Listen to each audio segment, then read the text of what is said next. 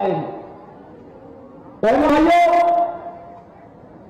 प्रधानमंत्री मोदी जी के नेतृत्व में जिस नए भारत का हम दर्शन कर रहे हैं, विकसित भारत की परिकल्पना को साकार हम तब कर पाएंगे जब जनपद स्तर पर भी उस प्रकार का मंथन प्रारंभ हो।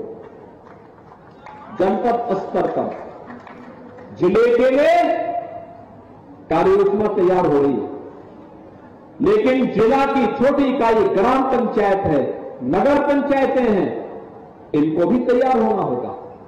ये भी आत्मनिर्भर बने, ये भी इस विकास की दौड़ के साथ सरपट दौड़ते हुए दिखाई दे, और जो भी सरपट दौड़ करके आत्मनिर्भरता के लक्ष्य को प्राप्त करेगा वह विकसित भारत की परिकल्पना का सारथी माना जाएगा, और वह इस अभियान का एक महत्वपूर्ण हिस्सा होगा।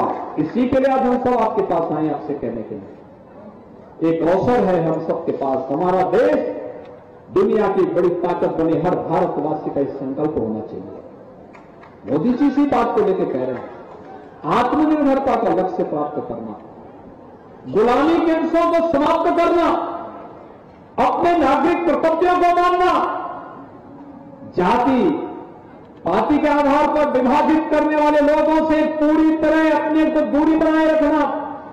ये लोग जाति के नाम पर चाहते हैं, लेकिन अपने परिवार के बारे में ही सोचते रह जाते हैं, परिवार से उभर नहीं पाते। आपने देखा होगा पिछली सरकारें यही करती थी।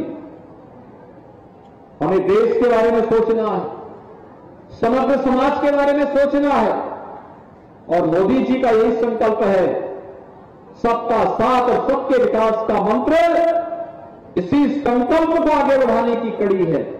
उसी कड़ी को आगे बढ़ाने के लिए एक तरफ राष्ट्रनायक वीर शिरोमणि महाप्रताप की भव्य प्रतिमा का लोकार्पण, मैं धन्यवाद दूंगा समिति को भी, प्रकाशशंकर सिंह जी को भी, गिरीश यादव जी को भी, यहां के सभी जनप्रतिनिधियों को।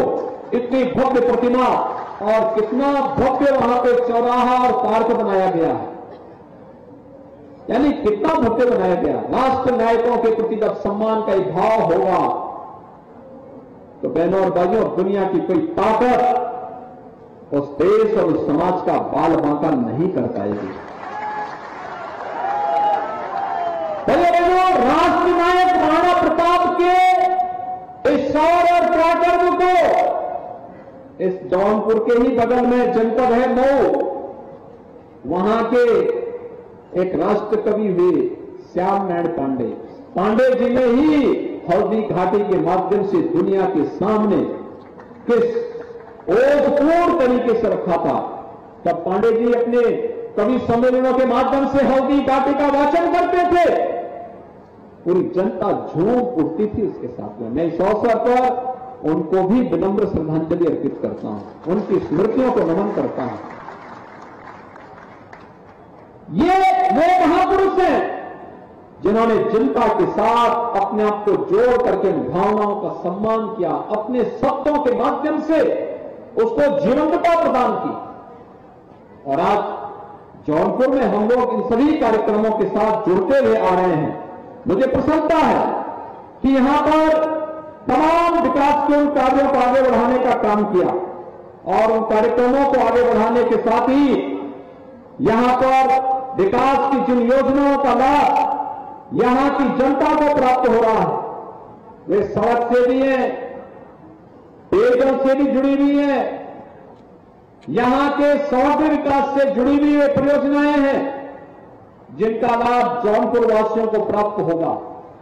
और मैं आपको इस अवसर पर एक बात के लिए आश्वस्त करूंगा कि आज जो विकास का लाभ मिल रहा है बिना भेदभाव के मिल रहा है, सुरक्षा का एक बेहतर वातावरण करने का प्रयास किया गया है, निवेश और रोजगार की नई संभावनाओं को विकसित करने का कार्य आगे बढ़ाया गया है।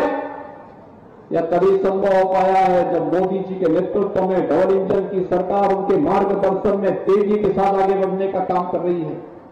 और इसीलिए अब हमारा एक ही संकल्प होना चाहिए, एक ही संकल्प होना चाहिए 2024 का।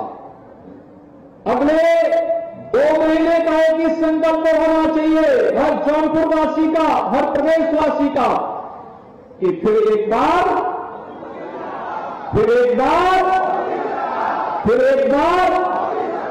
मोदी सरकार।